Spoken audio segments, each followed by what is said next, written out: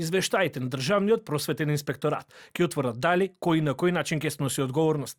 Министерката за образование и наука Весна Јаневска и денеска го повтори ставот во врска со констатираните неправилности на Филозофскиот факултет во Скопје при упис на постдипломски, односно магистерски и докторски студии. Би сакала да верувам дека ова е изолиран случај и дека не е тенденциозно направен, но токму поради тоа другите институции ќе си го кажат зборот и како ќе утврдат тие, така и ќе биде. Јас вчера реков дека се уште го чекам извештајот, но доколку се поништи уписот, следи и поништување на дипломите. Од Филозофскиот факултет потврдија дека станува збор за 11 студенти, 7 на магистерски и 4 на докторски студии.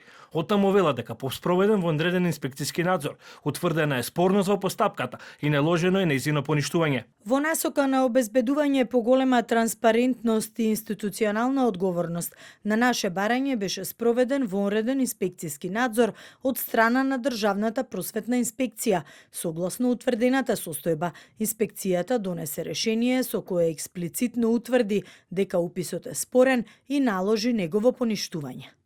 Инаку првиот ваков упис бил реализиран во 2019 година. Но официјално досега нема студенти од оваа категорија кои докторирале, додека 8 лица се стекнале со магистерска титула преку едногодишни студии. За сега нема одлука од инспекторатот дали нивните дипломи ќе останат важечки.